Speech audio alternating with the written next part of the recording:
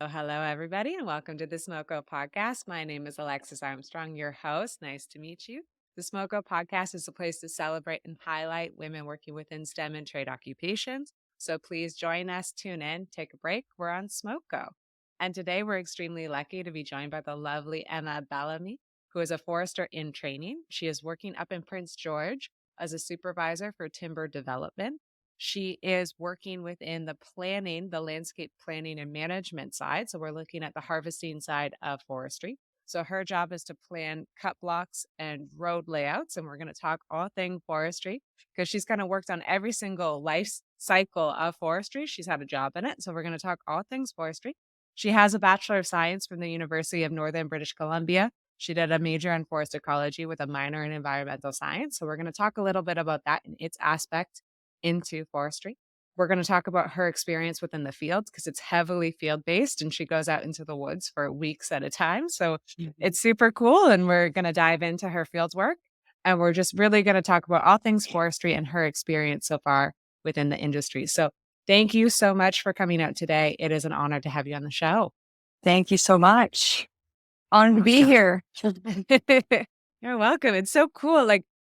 It's so nice to have you on the show because I don't think you meet many people in forestry. I definitely don't. I don't know many people that work in forestry. So I always love chatting with you because I get to learn something new.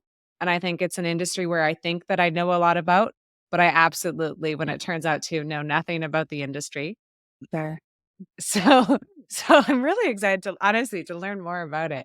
And maybe that's where we start. Maybe we start at that point of, I know that you grew up in Vancouver. You grew up in the North Shore of Vancouver.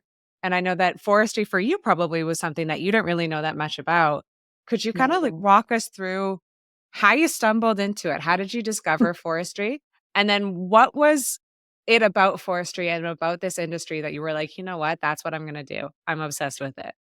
Growing up in Vancouver, I only saw the logging trucks and saw them going to the mill. And you think nothing of it. You think they just kind of appear there somehow. That's what I thought. And I think, like you said, a lot of people think that way too. I honestly just moved up to Prince George to go to school because I just wanted to leave Vancouver and see what was up because I did not know what I wanted to do. I tried out business. I tried out other sciences, didn't quite work out at the time. I did a year at UVic, took a year off, and then I was like, what do I do? I don't really know. Yeah. So then I moved up to Prince George and then just went to UNBC, just went to the school, just to go. Yeah. And then I honestly went into business to start because I was scared of chemistry because that's a requirement for the degree. But I was talking to a friend at a party and he's just like, I'm in forestry. And I'm like, what is that? Forestry? Yeah, exactly. I was like, forestry? You can study forests? That sounds cool. I never heard of this. I've heard of biology, geology, chemistry, all the basic sciences. And so I looked up the program and it was all about plants and soils and weather. And you learn all the aspects of everything. Yeah. And so I was like, okay, I'm going to go into this. And I mean, chemistry was involved, but I was like, okay, we're just going to have to suck it up because this seems really cool. So then I started taking the courses based on interest. And then the cool thing about forestry is once you're even just a step in the door or not even in school, you can get a summer job. It's just a labor job when you're starting. So you can easily get your foot in the door into forestry. So you can get summer jobs right like that. So my first summer was in forestry as a summer student. And then I just went from there. Snowballed. Yeah. Yeah. And I think that was 2014 when that first started. That's insane. And it was really just the studying of the nature. And I think eventually I found out you could work outside with this job. It kind of made sense. And so I was like, that's it. That's what I want. I was like, I can't do a desk job. I don't see myself doing that. So what can I do? And I mean, growing up in the city, you only think you have desk jobs, but I mean, that's not true. There's so much more. Yeah. So moving up north and being in the industries, all around the industries, not even just forestry. I was like, oh, okay. I see. It kind of opened my eyes, but it's really cool though to see this whole other side of the province. Really, very cool. The city. Yeah, completely to move out of a city zone. And I mean, I think when I see those logging trucks, I go instantly final destination, and I kind of stay there for a long time. That's it? Like, that's, like, the first thing that I think of, like, trying to, like, frantically pass them and just being like, "Oh my god, oh my god, oh my god." Um, Actually, yeah. Like, I know after that I fear's kind of gone away. it Like, must be, right? When that's, like, your every single day experience. I sort hope of. that it's gone down. E Honestly, when they're, because we're on the, like, bush roads and you pass them, yeah, and they don't really slow down. Like, you pull over for No. them and they're just barreling and you're like, "Sweet." And it's like all this dust behind, like a train come, like they're passing you, but they're coming at you. And so, it's just like a trust, but no, it's pretty cool to see. But yeah, that Mm. definitely always crosses my mind. Oh, yeah. I could imagine it, but, like, it's really cool to see. I couldn't imagine seeing that and being on, like, a dirt road like that and being so far out in the bush, but I love that you fell in love with it from the nature aspect because I don't think people think Yeah. about forestry as nature and as ecology Mhm, and as understanding, like, botany and forest mhm. ecology. You don't think about that when you instantly think of forestry. You think of No. heavy industry and clear cuts. You don't think of, like, kind of landscape management and the science that goes into it. So that's really Yeah. cool that that's why you fell into it. Yeah. Yeah. That I know. I had no idea you could go to school, get a degree, and then that be your career as a forester. Like, yeah, just that was not even something that ever crossed my path growing up in the city and having no one in my family in the industry or anything. Everyone's Mhm. business. Like my Yeah. pretty much just all business or no school, doing their own thing, just Yeah. whatever. But it's definitely cool to find. But I wouldn't, I don't, it would have been way harder to find if I didn't move up north, but Yes, I could see that. Yeah, to be, like, that's not, immersed in it. yeah, that definitely helped. And then hearing my friend who's from Alberta and was like, "I'm in forestry." I'm just like, this is a whole new what? So yeah, it was Yeah. pretty cool. But I was like, this is it. So I was like, the city wasn't quite right for a job and a career. So yeah, being I able to had work out in the something woods definitely is cool. a perk. I had something similar, like, it kinda Hmm. reminds me a little bit of mining because I was the same way, the growing up in a city and being like, there's something about it that I was like, "This is just not me," like and then I found the ability to go outside, and they're like, "Oh, you get paid to walk around and just pick up dirt?" Like, Yeah. yeah, I'm, like, 100% in. But I think you brought up a good point about being like, you can instantly get a job. So before you even realize it, you're like, "Well, I guess Hmm. I'm in mining. I guess I'm a geologist now. I'm 19, but I guess Right. this is what I Yeah. do."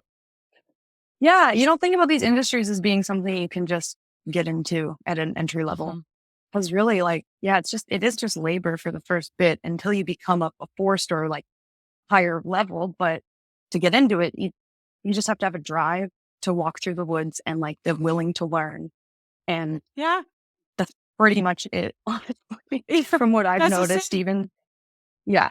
It's just like, you want to do this? Good, do it. Because Yeah, morale is the whole basis of the job is team completely. morale, camaraderie, Yeah. and being out there because it's not fun always.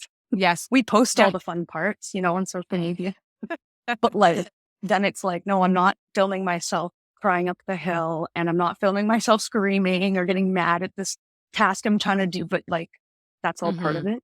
So Yeah. it's definitely a fun challenge. But I like hands on.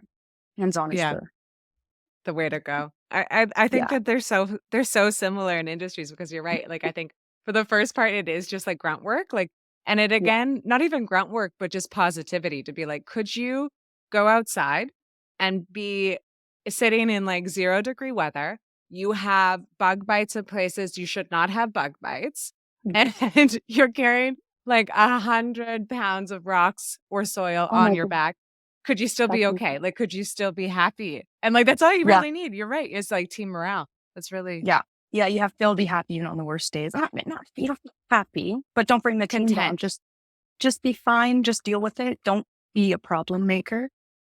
Mhm. You can make me aware of the problems or make someone aware of it, but then solve it. Not don't just complain. That's like the biggest thing out there. I mean, with any job, any Mhm. team job, that's the big thing. But yeah, when you're out in kind of survival mode and you have your crew, it's like you gotta work as a team Oh, and like safety, and then getting production and then making sure you can walk in the woods. And the yeah, whole it's so bit. dynamic, but so cool, I think. So it's really just a willing.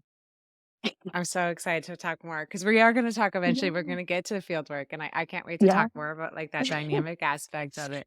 But to maybe like Mhm, go back, just like, if mhm, people aren't in forestry, if they mhm. don't really know the industry, you've worked in kind of like every aspect of it. Like you've A little bit worked, in each.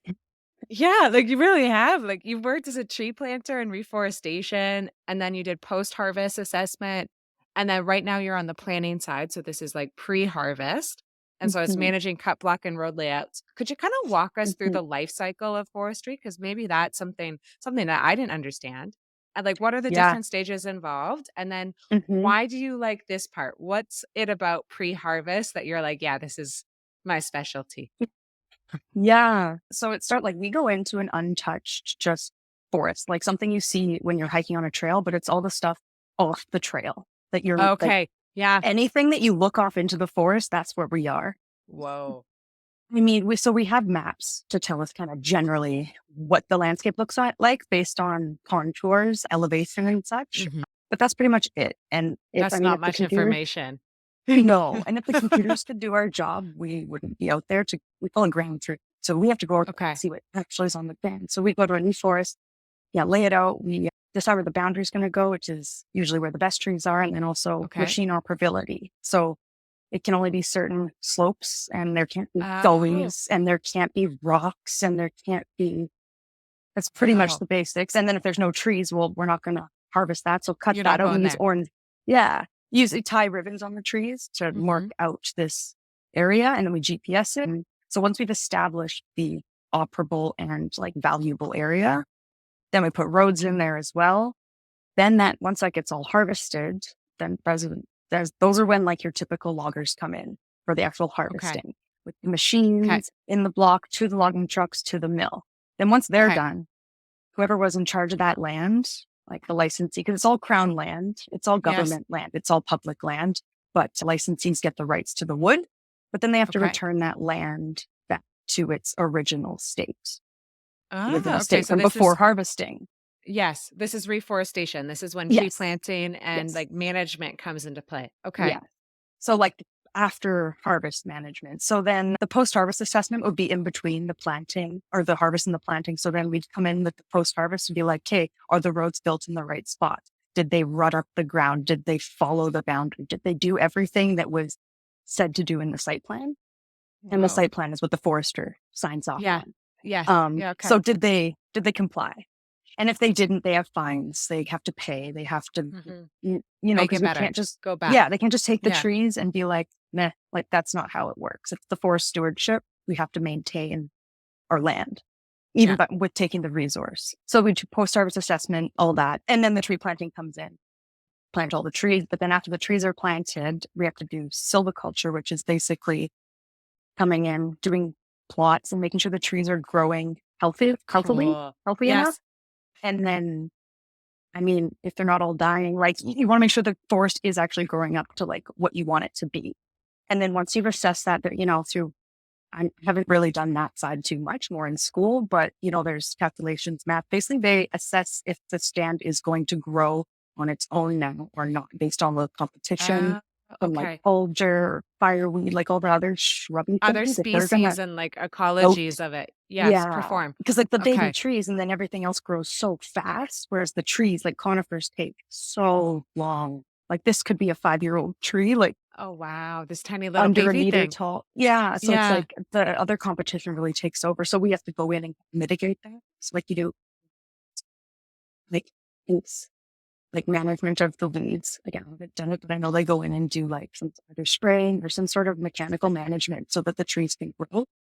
And then once they've deemed them good to grow, it's called free to grow stand. The plant is Okay. free to grow. And then that is essentially a forest that is back to its A natural state. natural system that it doesn't need No, hands-on management no. to make sure that it's Yeah. actually gonna grow properly. Very Yeah, cool.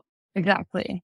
Whoa. Yeah. And then that's pretty much it. So right now, like we started planting, I could have my numbers wrong, but I see posted signs from planted in 79, seventy Mhm. six.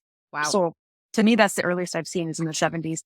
But we're like, I think just starting to get back to those blocks now. Oh my goodness, now. Yeah, such a long So recharge. it's renewable. Yeah. Yes. but very, very long. Yeah. It's renewable, but it's on Um, a natural system. It's not on a human system. It's not on a no, we human time try, scale. we make a Yeah. crop. Yeah. We make a crop, we let it grow, but natural things always, we try our best, Yeah. right? It's With gonna take management. longer than kind of our time here.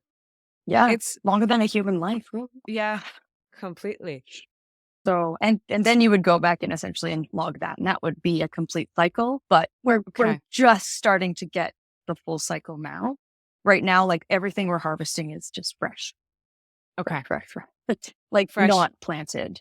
Yes. Kind of So it's like wild forest block is currently what's being forested or being harvested at the yes, moment. And then the ones that are harvested back in the 70s are just becoming potentially viable. yeah, Uh, mature enough because it takes. Well, we consider a mature tree up north 120 years old or wow. over, but between 80 and 120, they can still harvest it if it's the right diameter. Okay. So, but it can be technically 80 or up, and that's good. Mhm. But that just depends how good the growing conditions were. Like, are the trees this big or really dense and small? Like, it can vary Yeah. based on where they're growing. If it's suppressed or too dense or near water when it shouldn't be, or because we plant trees and that's not necessarily where it was going to grow naturally. So we Oh, that's just interesting to think. But yes, it's true because potentially, like a natural system, it is going to change depending on light, depending on soil, quality, uh, water. That's really interesting to know that, like, yeah, sometimes when you plant a tree, yeah, it's going to be small and spindly yeah. because it maybe wasn't supposed to be within that environment. Yeah, because it's very like production based, the planting, and so Okay. it's there's all the things come along with that. So you just kind of go, and get them in the ground, like there's spacing and everything. And they do say plant, certain species in certain areas because of their ecology. Like for example, spruce like more wet, and pine like more dry. So the planters or the foresters tell the planters to be like, try and plant your spruce higher, try and lower, like on a microsite where the land maybe just does this in a Yes. meter, Yeah. you would Yeah. choose the higher site for your and something like that. So that's the idea. That's the management behind. And it works, I think, most of the Yeah. time. I don't know all the statistics of planting, but I know it's meant because you plant the trees about a meter or two apart. But when those are mature trees, it self thins. It's Hmm. self thinning where some stems will die and then some keep going. So for that, like it is good because it's more of a chance that Yes. the good Yeah. trees will survive. So in that Overplant way, I because think it is it's gonna be yes. like a natural system that some will die, there will be some variability. Yeah, yeah, Yeah, exactly. Yeah. there's gonna be some chance to it. Well, it's really cool to thank you so much for describing the life cycle because Yeah, it's yeah, so of course. interesting, and there's, like, so much that freaking goes into it, and it's such a complicated system. One Mhm. question that I had is from early on when you do your first, like, initial site survey, which if you've done any type of mapping, you know how hard that is, like, I couldn't imagine how much work goes into being like, where is your water? Where is your rock? What are you looking for? Are you looking at species specific when you say like high quality trees? Are you looking at diameter? What quantifies that? Or does it change per project? It Apologies. well, so yeah, it can change per like licensee that we work for, like the specs, but generally no. So the diameters, there's a set standard for like BC say like so 12 and a half, we go in centimeters. We work all in metric. And then as soon as it gets to the mill, it goes to feet. So I don't know Okay. how that works, but Odd, we work but all in yes. feet. Very odd. So Yeah. we work in centimeters, meters, everything. So the diameter is minimum can only be 12 and a half. So Mm, that's about like a not dinner plate, very kind of. Yeah. a little smaller, but like a salad Okay. plate, I would say, Okay. is your Wonderful. smallest for a pine tree. Because Wow. that was for like the salvage. They wanted to get it all like anything small. But for any other tree, like a spruce or a fir, you want it to be 17. So that would be more your classic like dinner plate kind of like Okay.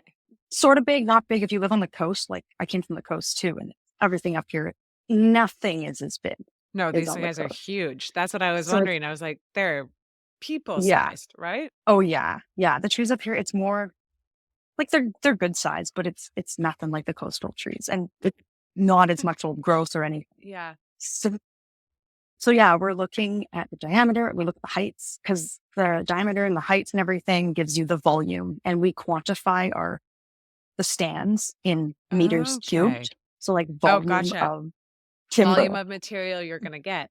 Very Yeah. complicated. Okay. that adds another layer of dimension to it of Well, when you're we trying do to like map. simple math and stuff. So it's like based on, we don't do like this tree and this, like we don't pick tree per tree because No, that you'd would go take crazy. Yeah. forever. Yeah. Yeah. So we go in initially and we do a reconnaissance, like a walkthrough, a look to see, are we even going to waste our time in this block or spend our Mm. time Yeah. laying out this block for money when, like, are the trees worth it? So we do a reconnaissance and there we do plots. And that's where we collect heights, diameters, species, any like spruce beetle or pine beetle attack, Mm. conch. So like the mushrooms growing on the sides of the trees, those can lead to heart rot or like signify heart Oh, rot. I see. Either Okay. they So you look come at after or quality before. too. Yeah. Yeah, quality. So any like pathogens, scarring, because that lets in pathogens, because then that tree is going to be less valuable. Yeah. We collect all this information and then decide, okay, it's worth it. It's basically we're just looking at the volume. Like, is this going to be like, is enough money going to come out of this block to pay for us to go in? Yeah. So that's what we want to find out with the reconnaissance, or the recce, we call them.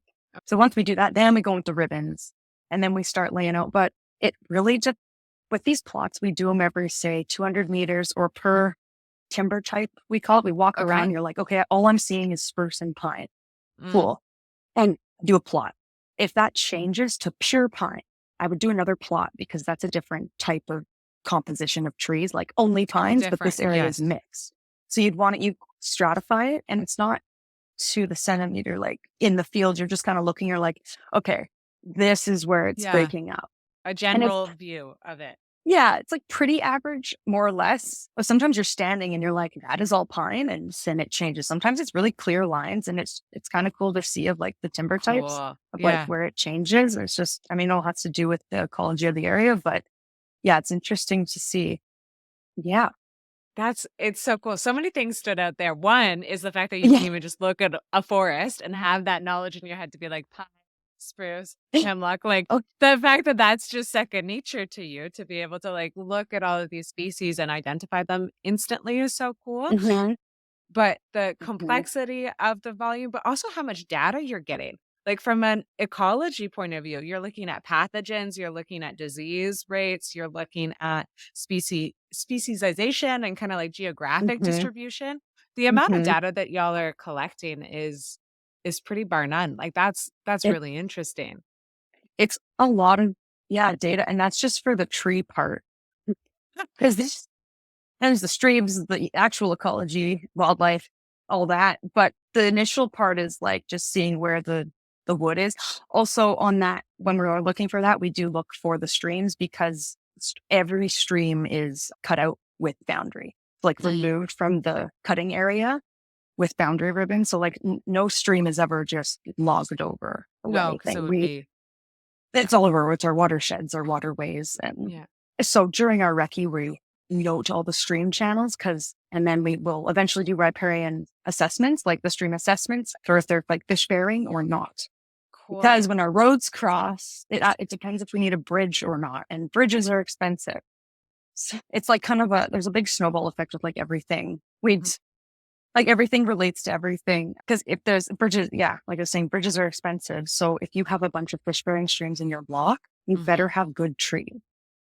Otherwise, Yes. why are we building bridges to get Yeah. there? Yeah. Yeah. So, Yeah. trees might be great. Can I get a road there now? Mhm. So kind of goes hand in hand. Like trees might be amazing, but they're in a gully. Okay. Yeah. Well, they're staying there. So that's also where our retention comes from, is those Okay. natural just areas that we can't harvest. Yeah, that it's not Um, worth it, that you're just like, absolutely not, leave it, let it be. Or it's even if it is dangerous. worth And it, it's too dangerous or the like yeah, logistics of it. And yeah. It's all about the economics of the block. But but in a way, economics is tied to mhm, ecological health, right? And to the health mhm, of the forest because it'll be like stream bearing and resource mhm, management. So in a way, it's a good way to be. It seems like it's just mhm. for the money, but not. It actually Yeah. protects the area. Yeah, it definitely goes both ways, I think. I mean, the goal is, of course, making the money because that's Yeah. the industry. Yeah. But there's all this legislation and, stewardship that's involved that you can't just ignore because it's legal Mhm. requirements. So that's good. That's good that those are in place. And then each licensee or whoever's managing the forest will have their own called forest stewardship plan. kind of, if they have any extra Cool. little things in their area that they want to add. For example, something that might be added is we do extra retention patches within the block. It makes it more patchy, and it's referred to as dash distance for like a moose or a deer. So basically, Oh, anywhere that they're standing in the open cut block, they should only have like 200 meters to get to any forest. I So if we see. have Yeah. too big of an opening, we have to put a retention patch in the middle so that that moose has a break. So we're not Wonderful. making huge openings and then it's not safe Yeah. for moose. They just get too exposed. We need to make it Yeah. like the connectivity of the forest and stuff. So in certain areas that is required because that's part of the forest stewardship plan. But some areas it's not, just because it's not high moose It's not habitat high or moose habitat or elk or whatever, what have yeah. you. Yeah, it's going to So be it is also specific kind of to area area. dependent. Very So cool. that is really cool. And then, yeah, we do the ecology as well, which is just digging soil pits and then identifying plants. So like one job takes like half an hour. You're just in one spot, digging a 60 centimeter pit, texturing the soil, identifying plants, like looking at the horizons and basically, and then it's all data collection. And then that tells us a lot about the site. Like, is it water receiving? Is there a water table sometimes? Is like what plants are growing can tell you a lot. Some plants, but Mhm. some plants grow everywhere. So can't always be an indicator, but Some are like yeah, kind of your canary. elevation. Yeah, canary in the coal mine plants that you're like, okay, I know Yeah. exactly what's happening. Yeah. Yeah. Very And cool. so then that directly goes to the planting. So when we collect all the ecology data, plant soils, everything, then Mhm. that goes to deciding how it's going to be replanted. Oh, very It's cool. funny To like enough, we don't mimic. just, yeah, but it's like, What? yeah, for the site, we don't just go, oh, this was a spruce stand. We're going to replant spruce. Like you'd think that would make sense. Yeah. But But you no, would, we you do would it based instantly. on, and yeah, but the thing is, so with like forest succession is once the mature species, like for example, if there's a spruce forest Mhm. and then the pine is like suppressed or whatever, as soon as that mature spruce falls over and makes an opening in the canopy, that suppressed pine gets light and comes up. So it's like a heterogeneous landscape. So, but we kind of make it all one when we Yeah. go in there. Okay. But no, naturally it would do that. And so, like, say when that spruce dies, well, maybe, yeah, pine is meant to go in now. So Wow. I think the ecology is something that tells us like 4 pages of data and then keys. Everything has keys that you go through to kind of give you a guide of where your data is going. Because we don't necessarily like put it into Excel and do like actual like No, no, no, no. crazy statistics, but we have keys. Like all forestry is just keys. I don't know about mining or, but like you get data Sometimes, and then it's yes. just work through a key and see Yeah. the best option, The best option basically. of what you're gonna do and, like, where sometimes Hmm. description can be like that a little bit. If you're like, okay, describing a rock, you're like, okay, what is our percentage of this For roughly? it, And then where is exactly. that gonna put us here? Okay, now we're on the second part. Is it white, black? Like it can kind of do like that stepwise. So I could see it being mimicked and that Yeah. idea of keys. Yeah. That's so cool. It's really I love the kind of idea of not changing a landscape completely, of going from like the cut block all of a sudden it goes to a plane, like the example with the Hmm. moose, that the moose needs Hmm. some connectivity because it's not a plain species. So it does need to have some Yeah. connectivity between the cut block. And I also love Hmm. that idea of using soil profile and biology there, of like plant biology, to be like, okay, what are we going to plant here? And just how complicated a lifestyle of a forest is, right? Like the actual average Yeah. life, because like, then you have forest fires, you have forests are meant to completely burn down, and they're meant to, like, Yeah. recycle and regrowth, and that's a complete different thing that maybe we don't have time to get into today, but Oh it's a whole man. other Yeah. Our fire whole other mitigation, kettle, yeah, of fish. the fire suppression. Yeah. Yeah. No, in a nutshell, it did kind of cause our pine beetle epidemic. So Ugh, with all of our, because we suppressed it to create a crop, but yeah, then the pine beetle came in because there was all this pine and then it yeah. killed it. And then we just had a tinder forest and then it just burns our crop trees anyways. And Oh then my we went in goodness. and did salvage harvest for the 7 years, 10 Wow. years more. Probably started like when I was still in university, because when I started in forestry, we were doing salvage harvesting. A pine Uh, beetle and pine. and now it's kind of ended because it's all gone. Like we've done it Yeah. all. Now we're moving on to live more valuable forests, but it was part of the management to like clean up. It was called clean up, Yes. like salvage, sanitation, all like similar words. Just make it a clear landscape again, and we can replant it. And because otherwise you just have dead sticks there. Yeah. And I mean, for an ecology side, that's fine. But for our management side, that's a bunch of land that could have live trees. Yes. So So we we want to should make just it start the cycle. Yes, exactly. pretty Start it much. back again. And it kind of helps. We did salvage. And so the licensees all got a break to harvest it. Like it kind of helped because it wasn't as expensive to harvest and we were clearing up the land. So I think it was kind of a best of both worlds. And now we can replant healthy forests. I So agree. Yeah. Now you can actually use that land and like restart the cycle yeah, and reboot it. I love it. yeah. Our next question was about like what is the role of forest ecology and environmental science? But I think we nailed that one. I mean, I think we could skip over that one Yeah. completely because thank you so much for walking through that. And I think if viewers or listeners, I think the one thing that stays with me is just how complicated it is and how interesting it Mhm. is. Like how much data, how much goes into it. And it's just Mhm. it's one misconception is that it's a fairly, like, simple process in forestry, like, that's a common misconception, and I think you just proved it, like, house down, that it is Yeah. it is not simple, and there's so much, like, Yeah. environmental science that goes into it, which Yeah. which is Especially, so yeah, important. on our side, like the planning side, the side where you need the degree Mhm, for.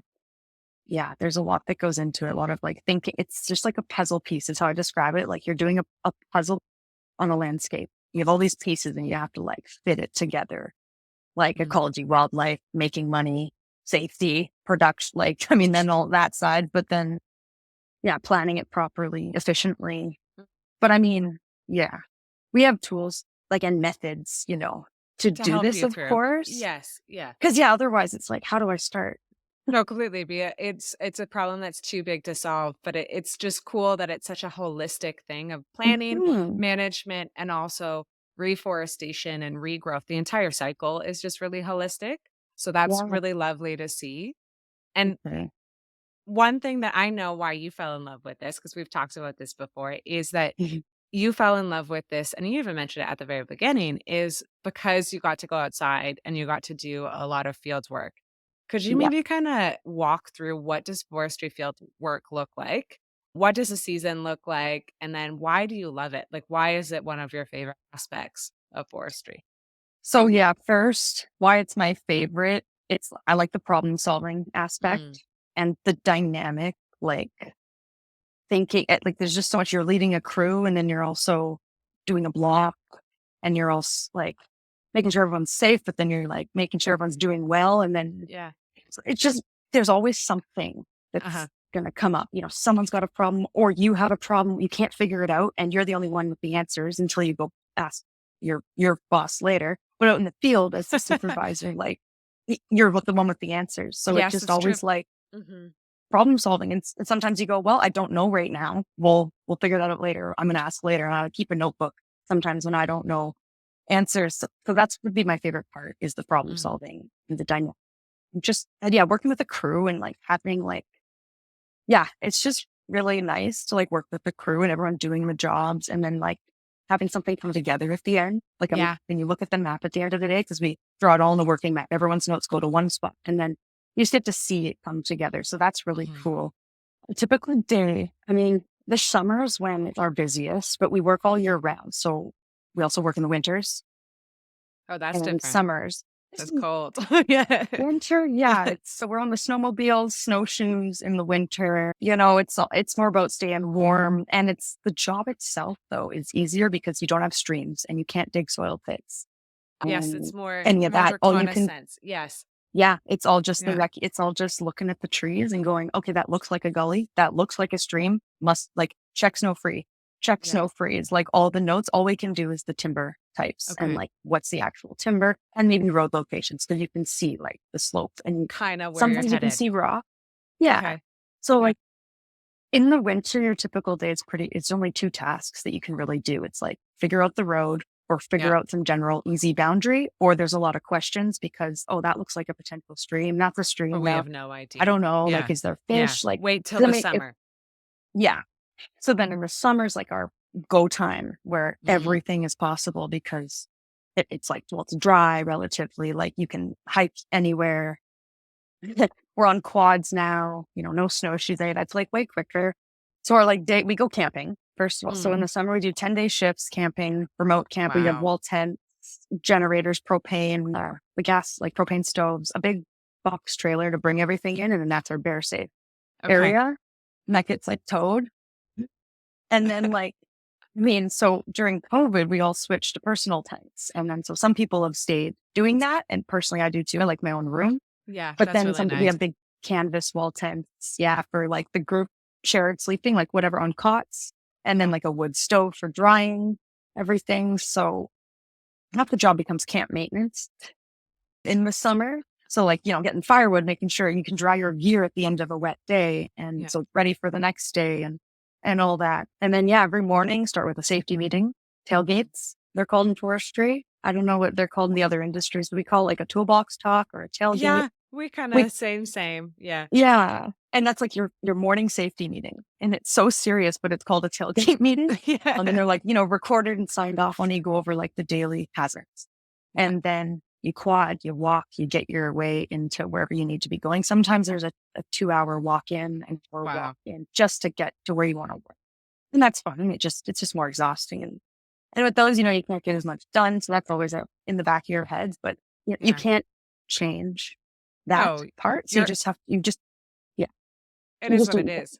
Yeah, like, part You of your can't change job the is natural aspects. no, and Yeah. part of your job is to be like, "Where are we gonna put in the road?" So there is no Mhm. road in that location, you know what I mean? Until the road goes Yeah. in there, you're hoofing it, Yeah. like, it's just part of Oh, the I know. job. It's Yeah. so weird you're like standing in a forest. You're like, okay, the road will be here. This is it. It really helped to see Mm. like cut blocks and then built roads in the bush and stuff. Cause then you can relate it. You're like, oh, and you kind of compare it to imagine that as a forest before it was cut. And then that really helped in Yes. visualizing like, Okay. because every road anywhere, even in the cities, now I'm like tainted. I can't see anything that wasn't previous forests because I'm like, this was all tree. Yeah, you're like, "This And had to be a complete forest." Yeah. it's just, yeah. So that's really interesting part of it too. But yeah, just figuring it out during the day. We do check in. So we have handheld radios. So everyone splits up and then Mm. typically every hour, whatever, you just check in with your crew. So he's like, see everyone's doing, answer questions. And then, or usually people are talking all day anyways on the radio, talking or asking questions. It always depends on the dynamic, like Yeah. or Yeah. whatever. But yeah, you just kind of just walk around all day doing whatever your designated task is, either doing the road boundary or assessing streams. So you just walk around finding streams. And then we have these use cards for everything, fill out data for like any task you do. So yeah, do that or the eco pit. So you get to carry around a big spade shovel all And do your day, ecos fit and which kind yeah. of doubles as like a walking stick. But, Uh, it's got the big, yeah, those classic like digging oh, yeah. shovels. Oh, I But know you need, those well. Yeah, those yeah, suck. right, right. Right. Yeah. So those are, you kind of, you're like, it's not so bad. Sometimes it helps because you're walking on like lowdown or logs. Mm. It kind of helps, but you do what you have to do. Yeah. And then end of the day, everyone meets back at the quads, the trucks. We go back, deboot, drive home. Repeat. Wow. No, it's so cool, Mhm. like, you said so many things that, like, I Mhm. kinda wanna touch on, and, like, the first Mhm. part I think is, like, one aspect that stood out is and I could see it being so fulfilling, is that your job, you can actively see your input every single day and your impact, and, like, it's so Yes. hands-on and so task-based Yes. that you're like, yes, it's really dynamic, yes, it's changing all the time, but, like, you can see your impact, and I would be really proud of myself, and I'm sure you are as well, when you, like, Yeah. clear off a section that you're like, "Yep, that's done." Like, we can or Mhm. we've, like, actively now collected that data or made that Yes. I could see that being, like, a Yes. really fulfilling part of it. And then I love the description of field work because it is this, like, kind of romantic thing that's almost like going back in time because it's like Mhm. you're in the middle of the woods, no one's there. It is this camaraderie aspect that all of a sudden Mhm. these people become your family, whether functional or dysfunctional or Yeah. a combination of the both, right? And you're just living in the middle of the woods. Nothing is very serious. It's very isolated. It's very remote, but Mhm. but there's a beauty there, and there's kind of I always found it very romantic of being, like, walking around all day and, I like, think it is. bathing in a stream, and it just I don't know, it felt so much fun. It was really, really new and novel, and I Yeah. loved it. I really did. I think it's cool because I like, yeah, I like doing that survival hands-on stuff. I mean, it's not always like you're in survival mode, but it's more like, well, is there a bear over there? Mhm. Like there's always the things like, should I walk over this flow down? Is it safe? Should I cross that stream? Like you're always like risk assessing and being like, is this good? Yeah, But no, at the end of the day, when you're like, okay, that sucked, but okay, I actually feel pretty good now. yeah, Like it is rewarding because you're like, you could have been screaming and crying, maybe not in front of your yeah. crew, but by yourself, like, how come the Yeah, you hill, might have had a little cry on the hill, it all happens, almost, everyone it's like everyone goes through supposed it. to happen. Yeah. It's like, I encourage it almost if that's what's Yeah, needed. Like, don't take it on the crew. Just go have your go for it. moment. Yes, yeah, I That's agree. what the Go to forest is the there for. And I Yes, love, you can just scream. No one's yeah, listening. yes. Like, yeah, and so, like, that's the best part, I just think, because I grew up being a loud person, so I'm like, "This is I don't have to hide it." Like, No, it's fine. And then yes. come back to town, you forget, you're like, "Oh, don't talk so loud, don't just scream." Like, it's kind of funny in the summer, you're like, "Oh, Yeah, because you have no social listen." cueing. No. Yep, no, because out at camp, like, if you I mean, I don't know how it is for like your industry mining, but like Yeah, anything can be talked about. yes. Anything. Once you live together, it's like you talk about anything personal. You're like, yeah, I just did this, la la la. Had like had the best movement up on the hill, like Oh my like goodness, yes, there's so much toilet talk, and there's so many things that you all the think sort is of just n normal, and then it isn't like you I just met you, but now it's halfway through shift and now we're fine, right? Okay. Yeah, yeah, It's a weird dynamic that happens out there. But you have to. Because you're living, you're eating, and you're working together with your crew leaders and your crew. So you have to just from 7 a.m. to 5 p.m. is when I'm a leader. And then after that, it's like, okay, like I'm yeah. not, we can be friends. Like, well, not like we aren't during the day, but the dynamic can It can shift change, in the yeah. evening. It's it's an interesting thing, like, living in Hmm. that proximity with your people because it's a different Hmm. dynamic that's hard to explain to others because you're like, "I can never leave my coworkers." So, like, you almost end up having to have really frank, honest communication with everybody Yeah. because, like, Yeah. yes, you can talk about a little bit of everything, but you also have to almost hit a level of respect of just being like, "Frank, it's too much right now. You need to stop talking about Top Gun. I know you've seen Yeah. it 10 times and it's your favorite movie, but, like, I don't wanna hear about it. So, like, you just need to leave me alone." Like, you can become far more realistic or harsh or almost, like, Just up honest. front. Yes. Yeah. No, Yeah. it's true. It's true. Just matter of fact, like straightforward. So true. I don't know. And even if you do need a break, like you're out and like go to your tent, go for a walk, go to the river, like go make dinner by yourself. Like, Yeah. it's there's so much, yeah, room to do whatever you want. Like you said, it's kind of romanticized in a way. I think it is. Mhm. Until those moments come where I question what I'm doing.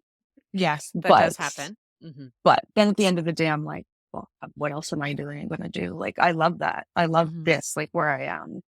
Like in those moments, I'm like, yeah, driving out of the block or something. Like one of the best moments was we were sledding out and we don't normally work in the dark. Like, but Mm. sometimes in the winter it gets dark a little earlier than you made it Yeah, out. like So 4. sometimes you end up, Yeah.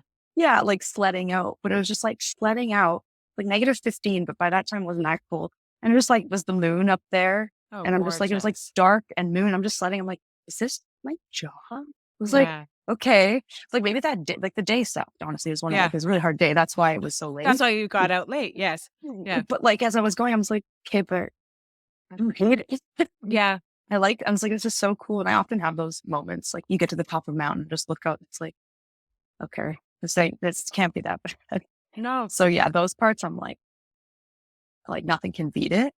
Yeah. Like a vacation. I'm like, people pay to do this. So I'm like, Completely, yes, to do it's this, like, kind amazing. of wilderness, and I think, like, 1, it's so beautiful, and 2, I would always think of being like, how many other people have seen this? And it's probably really little, like, there's probably Mhm, hasn't been much human mhm. impact in this, like, That too. one place, so we're probably one of the first people to see it and, like, Did. how blessed we are and, like, how grateful I am that I actually got to see that, but then I think Mhm. that there, again, is this aspect that it's so powerful as a woman. I think that it's so Mhm. hands-on, it's so problem solving, and it's also so Absolutely. challenging both physically and mentally. I always liked that aspect of field work Mhm. that I felt very powerful after I completed. Even if it was a hard day, even if I had to have a little cry afterwards, I was like, Mhm. "No, you did it. It's fine." Like, That's it. It's empowering, like you just touched on. It's exactly it. You feel empowered at the end. You're like, okay, so who said this was a man job? Like mhm. it historically, or a male job, a more like masculine job, like maybe, but that doesn't limit who can do it. Like I said at the very start, it's all about drive and just Mhm. wanting to learn and wanting to try. Because I've seen people who, you maybe would be like, you're not going to make it in forestry, maybe just based Yeah. on education, history, like who knows what, but then Yeah. they've excelled fast further than anyone. And it's like, okay, it's only the drive and Mhm. learning and like willing to learn, Really to I learn. think, Yeah. And and willing to do positivity. it. Yeah. Yeah. Like Yeah. really. I mean, it helps to add some knowledge or maybe like can argue you've walked in the woods before because then Yeah. you don't have to go over that learning curve, but it doesn't matter. Yeah. Yeah. Anyone can do it. And that's the part that's cool to realize because I work with a lot of women too, just people from all over the board. Like Yeah. it's not just your typical like forestry Career path or one situation where, type of yeah, person. Yeah. no, it's so dynamic. Like That's we have people from multiple countries now that have moved here to work in forestry. Maybe they did their degree in another country in forestry, and then now they came to. It's just that keeps happening now more and more. So it's really cool because you get all these different backgrounds, you get different yeah. experiences, and it's like, yeah, guys, girls, everyone. It's not just this like, yeah, niche, like only you can do Niche forestry, type. Yeah. And like how it needs to that's be, or your really stereotype. yeah, Yeah. what you think of a forester, of this Mhm. kinda, like, gruff man. Like, I But then love just a man, yeah. an older man, not even a young man, an older Yes, yeah, an older like man from, like, that generation of, like, the '70s mhm. kind of is what you think of. And that's So fair, that's who used to do it. yeah, But then now they're the ones just doing like the actual logging, machine operating. But now our side is more, it's the younger generation doing this side of it. And honestly, I don't know where it's gonna go when all those guys retire because only the machine operators, all the guys doing the actual harvesting are older. older. Like they Yeah. should be retiring. They will be retiring soon. And yeah, I'm just interested to see who's gonna take over. Like I've always wanted to go on one of those machines, but like the hours you work, it's worse than like what we do. Our hours aren't Yeah, even that bad. yeah. It's insane doing that job. So yeah, people who I want to do that, that's a whole other side. But I could imagine, and I think yeah. you touched on 2 things that I would like to talk about, like, Hmm. the one, I love that it's changed, and I love that the Hmm. demographic has gone from this, like, homogenous thing, and I think that's because the industry itself has changed. It sounds Hmm. like all of a sudden there's new techniques, there's new technology, but there's also, like, new science behind it on the planning Hmm. side and, like, reforestation. Where do you think the future of forestry is gonna go? Like, yes, one big aspect is, like, maybe the actual loggers are gonna retire, and that's Hmm. one thing that's gonna change, but as an industry, where do you kinda see you guys headed? Oops, I've often like wondered this Yeah. and thought because it could go either way. I, honestly, unless we find a different resource for houses, we're gonna have to keep getting wood from somewhere. And I mean, I don't know how it will change, honestly, but I could maybe smaller scale. Mm. But then I think about how that would affect how much we are relied on in BC to feed like, well, we do a lot of offshore sales over Yeah. to different parts of Asia, China, Japan, like just raw logs. And then I think for the States, like honestly, I'm not keeping up, I'm not up to date on where we are with that That's now, okay. but I think Yeah, we no. do a lot. Like, I mean, we do have a lot of export and then also just supplying Canada and Yeah. like where it's a Supply and huge industry. BC. So that Yeah. worries me because I'm like, they're going to run out of resource soon. The management's getting better, like the ecology side, the biodiversity, like these more, like with the moose patches, Mhm. that's more recent. And like stream reserves, like the meters. So say like on a stream, you only had 5 meters before, now it's 10 Yeah, of that's wonderful. of a boundary. Yeah. So it's changing in that way. So I think like it's a hard balance between the economics and the ecology Yeah. I like because that now the we're, yeah. I like that the ecology has gone bigger and has been more Yeah. protected, but you are right. Like we're still heavily dependent on this resource. So who knows if maybe the material side of like building changes or Mhm. we do a different scale of efficiency maybe or a smaller plots, but Or somehow it becomes cheaper to do the operation, but it's not. It's those yeah. machine operators, like it's just so much money put into that side. And fair enough, like, I mean, it's a dangerous job and it's all production based. It's all Mm, based on how much you're cutting. yeah. So yeah, it's hard to say. Fire mitigation, kind of back to, but it's in forestry, but we've started fire mitigation more now as opposed to prevention. Mm, Whereas they go in and like thin out a forest, like say near Mackenzie, near yeah. Prince George here, it's like the main highway, and then it's just an offshoot off the main highway, and it's like one road in and out, and it was built around. It was a mining forestry town. That's how Okay. it came about. And so they fire mitigated that road Yeah. because if it were to catch on fire, there's no way in and out. Yeah. Yeah. Yeah. Yeah. So there's money in that too. Less because you're leaving the big trees and you're taking all the shrubby stuff from around. Yes. All of the Um, fire hazards. You're taking all of the yeah, small like the brush. fuel. Yes. Yeah. Mhm. So I don't know, money would have to come somewhere to do that. But I mean, that is a bunch of jobs too in the industry. And like we've done that at our company too. But as far as like the logging, well, no, Mm, it's really because it's expensive and we're getting to all the places we can. Like up yeah. north, we don't do helicopter logging. We don't do cable, like just straight up cable. It's like No, because it's a too chairlift much. for the Yes. logs. Yeah, I've seen Like, it, I think, in, like, yeah. old photos and stuff that you're Well, like, yeah. That's like "That's how classic they did it." coastal. Yes. Yeah. And it's only for like one log at a time or half of it going up. And like Mhm. those are for the big coastal trees. But up north, it's just like, it's called ground based. Like it's just the machines on the ground. It's like it looks like an excavator with a saw on the end and it goes and like just blade, like cuts the, Grabs it and and just cut. kind of Yeah. pick up sticks. It's it the other way. Kind of crazy to watch. Like you see how powerful we are as Wow. humans. Like Yes. watching, you're like, that's the forest, and now it's on the ground, and that was 10 minutes. Like Yeah, holy. it's pretty shocking. I do think everyone should see it though, because I think like it does put into play consumption Mhm, and it puts into mhm, play like resource management. I always thought the same as in my mind of seeing how intricate it is and seeing that it's mhm. basically this whole village and city underground. And Yeah. you're just like, this is Yeah. insane that people have done this. But it also shows our reliance on this industry that like we need these Mhm, resources, we've used these resources. mhm. I'd be interested to see, and I am interested to see where forestry goes, and we'll see Yeah. kinda the changes that are gonna Yeah. happen within the industry.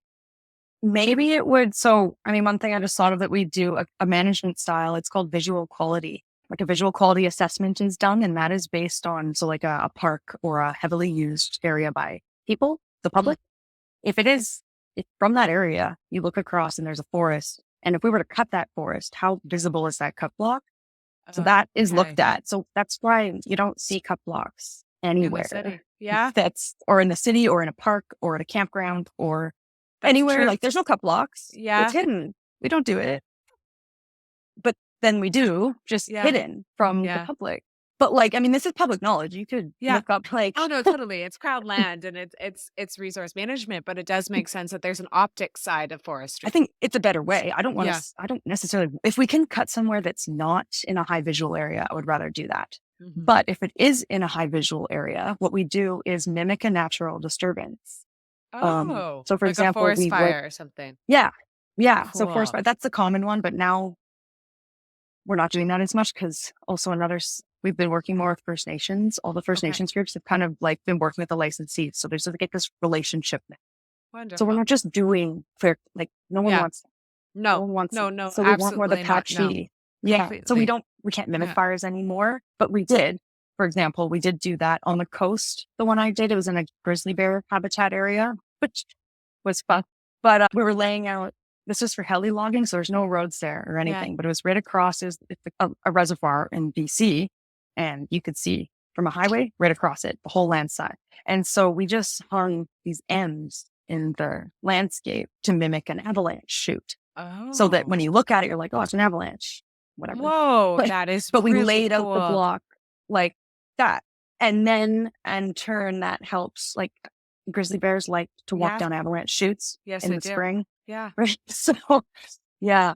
So we mimic that. So it's all like, it's kind of best of everyone's It worlds. is. We don't have to, it's not an eyesore. The grizzly bear have some attack. I mean, yes, we're cutting down forests still, but But you the have to. management there. Yes, but Yeah. it's still actually it's even of it if it might be like came about by optics, it's still a Mhm. holistic, like it's now mimicking Yeah. a true natural system that's occurring within that environment, right? Yeah. It's Yeah. a different way to Exactly. manage forestry. That's really cool. So That I would feel be like it could go awesome. more in that way if we have Yeah. to start harvesting things that are more in the visual areas. Could start doing that. But I think now we really tried just to not. But if like even last summer we were in a high visual area. And so from the lake you kind of also can use the landscape, like the Yeah. topography, and cut the stuff that's kind of Behind. behind Yeah. Like in this part and of the then mountain. Yeah, okay. and so you still hide it. And that was also common too on the coast. And it's easier to do that with heli logging because you can just lay out a patch. Yeah. You don't have to make a road go to it because that's a challenge. Yeah. Like That's a total like man-made roads don't. infrastructure. Yeah, like, I mean, roads can go anywhere, but we'll break the bank building the road to get to the trees, right? If it's just through like a rock cliff or, you know, so That was very yeah, cool. to be really careful with that. But I think it could go in the direction of the I love visual that. management, just I kind of change our management style a bit, yeah, like like just go more to make that more common. Yeah. yeah, I agree. Like make it more holistic, make it kind of more mimic hmm natural and bring that I to really like that management style. I think that's fantastic. I think that's been my hmm favorite like new hmm piece of information I've learned on this so far. Like I really really like that. And one thing on your original answer that we were talking about, hmm we were talking about kind of like a new generation that's coming within hmm forestry. And maybe for people who are just starting in forestry, I know we've talked about the importance of like community and mentorship and being a mentor and having mentors early on in your career. If someone's just hmm starting, what would be your advice of like where to go for mentors in or community in forestry? And then what to do to maybe foster that mentorship? It's really just taught like within your company. Like Okay. my mentor for my actual mentor for my designation is within the company. They have to be within your company. Like, but any other like general mentor is just everyone you work with, your crew leader, your supervisor, their boss, other people at the office. So I found it just within the company, like all the things I've learned in forestry have been within the industry, in the company. Maybe you see someone out on the road and you have a chat, or you're out at the logging camp and they're with the loggers logging your block.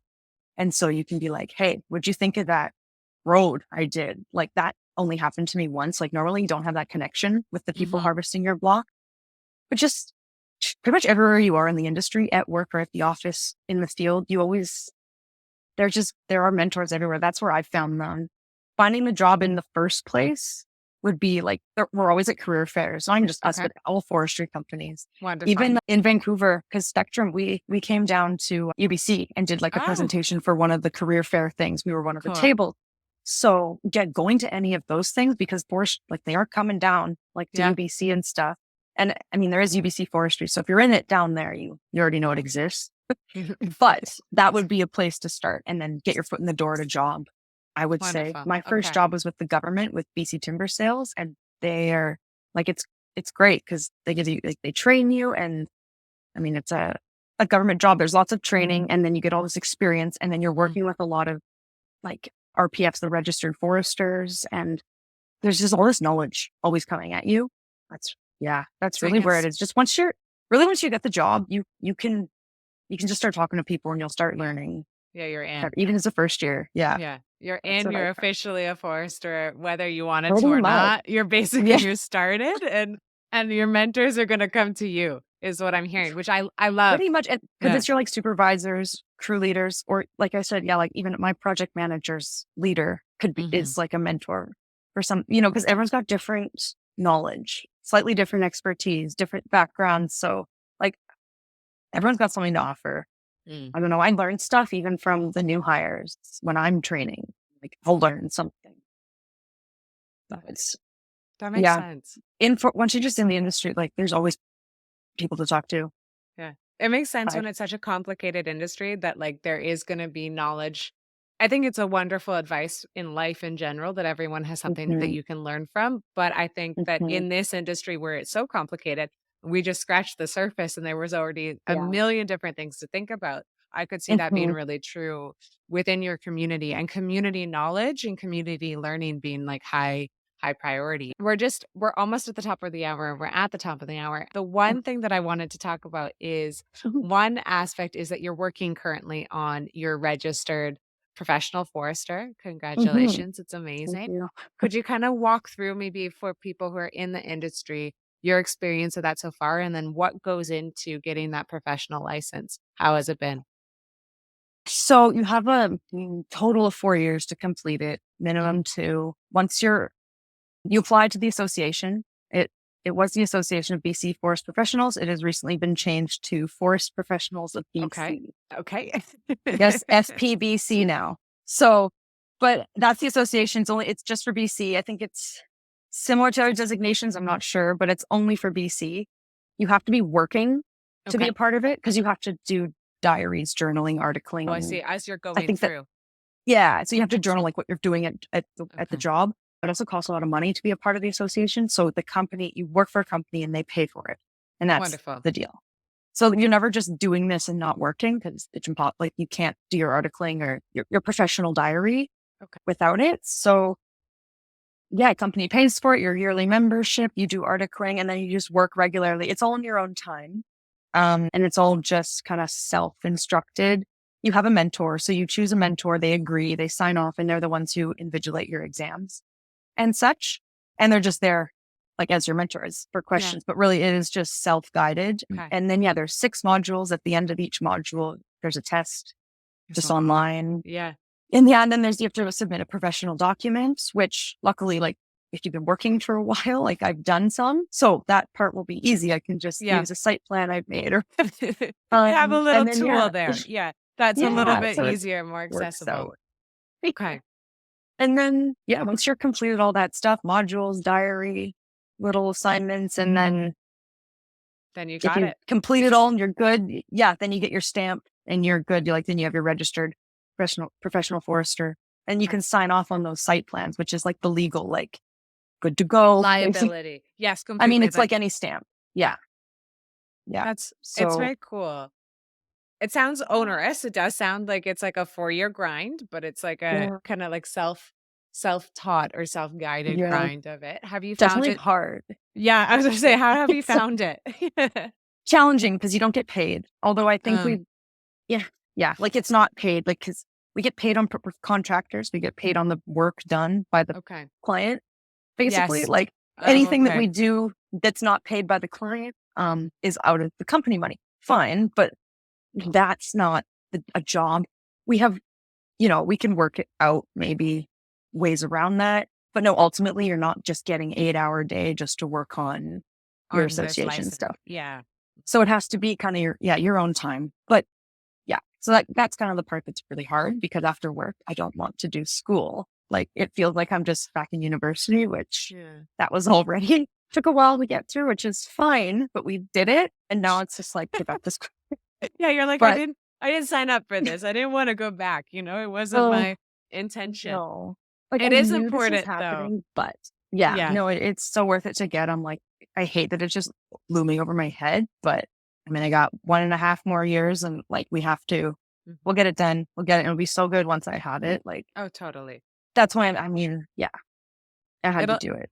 It's worth it. It's going to you're gonna be able to get paid higher later, so it's just more like Mhm. delayed gratification on a pay front, but I could Yeah, understand that that's more valuable frustrating. to a company because a Yeah. company needs an RPF to do the work we do. Like, anyone can do the work under the guidelines, but Mhm. the RPF has to sign it. Yeah, If your company doesn't have that, you can't do the work. completely. You're not So it is, liable. Yeah. yeah. So yeah, it's definitely worth it. That's definitely my motivation to keep going. Uh, It'll be so worth it once I get the stamp. Oh, 100%. And, like, it's a year and a half or a year and a bit. It's gonna go by really quick. It is gonna be worth it. Mhm, And maybe mhm, this segues into our last one is maybe this mhm. is your answer or maybe it's something different, is what's something that you're currently working on and looking forward to right now? Yeah, I guess more long term would be my designation. Short term, it's just project by project and getting that done, which actually like doing the projects for the work, like Mhm. for this job feels like doing a school project by yourself. I can imagine. Well, in a way, like you have all Yeah. your team and then you have the GIS department, and you have your like you it's not by yourself. Like there's a lot of people involved. But then you're putting it together in the office. Like it's just me doing all the deliverables or the office work, Mhm. putting it all together. And then making the maps pretty, like it's got to be presentable. So it really goes back. It just feels exactly like school. I'm like, wow, we don't ever really get away from it. But I'm good I can do Yeah. this. This is what I'm used to. It's So in my wheelhouse. I'm okay with it. Yeah. yeah, yeah, that. And then the designation, just always working on something and then trying to get like just ignore all that too. And then work on myself personally too, away from work. But yeah, so it's a balance between all of it because all of it's very rewarding. Yeah, I So could I'd see say that. that's, I like the yeah, balance that's the aspect. best. I love that. I think that's so important.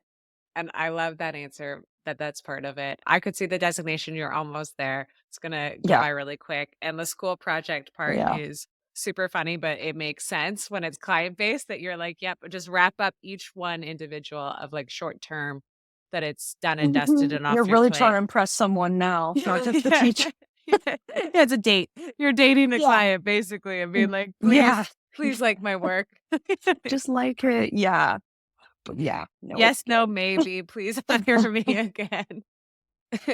And I mean, honestly, and then all the constructive feedback, even from my leaders Mm, or my client, like you're always learning something yeah. new. Like, and the constructive criticism and constructive feedback is so important. Well, probably in any job, but I know in this job, it's so important, even just for my crew, giving constructive criticism. It's always just motivating to everyone. So yeah, I like to receive it too. And then you're like, okay, I didn't completely Yeah. mess up, but Oh, completely. And it's okay. Yeah. it's a hard job and it's a complicated job and it's a hard lifestyle too. So I think when you do get that feedback to be like, it was all worth it, the output was good enough and it was worth it Mhm. because the input was really hard to get. We were out in Yeah. the middle of the woods. It was raining for 2 weeks straight. We were miserable. There was grizzly bears. It was everything broke down because it was the field. Like all of that input is so hard to get Also, that that doesn't change across industries. Good to know. Everything yeah, breaks. Okay. There's always a as problem. yep, duct tape solves everything. You're like, "Why am I Or duct taping?" WD. Yeah. Yeah, that's what to say. I was literally about to Yeah. be like, "Why did I just duct tape a WD 40 something?" I went to 4 years Right. of school to be like, "These are my 2 things that I use." Anyways, Honestly. because the input's so hard though, I could see that output, like, when you get that criticism and get that feedback and Mhm. it's constructive and good, I could just see it Mhm. being so valuable. Yeah. Emma, this Ooh. has been such a delight. Thank you so much for coming onto the show. Yeah. I really Thank you so appreciate much. it. It was lovely talking to you. Thank you. Thank you. Yes. That was really fun. Thanks for having me on here. I really enjoyed talking about it. It's really nice to share the stories. And just, yeah, get it out there because it most of the time you're just by yourself in the woods thinking about everything. So yeah, it's really good to talk about. Yeah, it was lovely to hear and to learn more and to hear your stories. And I can't wait for everyone else to be able to listen too. So thank you again. And thank you guys for listening. This is the Smoko podcast. I'm going to link a bunch of resources that Emma talked about. We're going to link them onto her podcast and onto her blurb. So please check them out and listening. Bye bye for now. Thank you. Thank you.